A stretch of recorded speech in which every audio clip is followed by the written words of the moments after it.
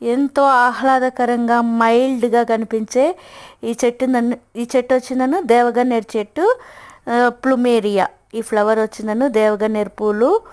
వీటిలో కూడా చాలా రకాలు ఉన్నాయి, కలర్స్ కూడా ఉన్నాయి. కొన్ని పూలు అయితే స్మెల్ వస్తాయి, కొన్ని స్మెల్ రావు.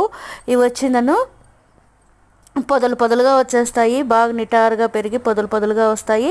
నేనేదో చిన్న బ్రాంచ్ ఒకటి ఊరు నుంచి తెచ్చినప్పుడు నాటినాను, చాలా బ్యూటిఫుల్గా వచ్చింది. ఎంత మైల్డ్గా ఉంటాయంటే అబ్బా, వైట్ దాని ఇన్సైడ్ లైట్ ఎల్లోష్ కలరు సూపర్గా ఉంటాయి.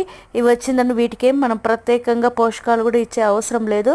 చిన్న బ్రాంచ్ ఒక కొమ్మ ఊరికి అట్లా చిన్నది నాటినా కూడా అది బాగా వచ్చేస్తుంది. నేను ఒక చిన్న పాట్లో నాటింటే అవి బాగా పెద్దది అయిపోయే గుడికి ఇంకా దానికి పెరిగేదానికి ఇది లేదు, గ్రోయింగ్ సరిగా రాలేదు. అందుకనేసి పాట్ కొంచెం పెద్ద దాంట్లో నాటినాను. ఇంకా నేల అయితే ఇంకా సూపర్గా వస్తాయి. ఇంత పాట్లో నాటినా కూడా చాలా బాగా వస్తాయి.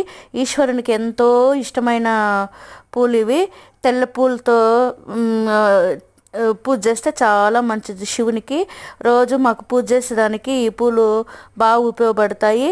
అందుకే చిన్న కొమ్మ అయినా కూడా ఎక్కడైనా దొరికితే నాటుకోండి. ఈ దేవతల చెట్టు ఇది వచ్చిందన దా పేరులోనే ఉంది దేవగన్నేరు. అంతే ఫ్రెండ్స్, బాయ్.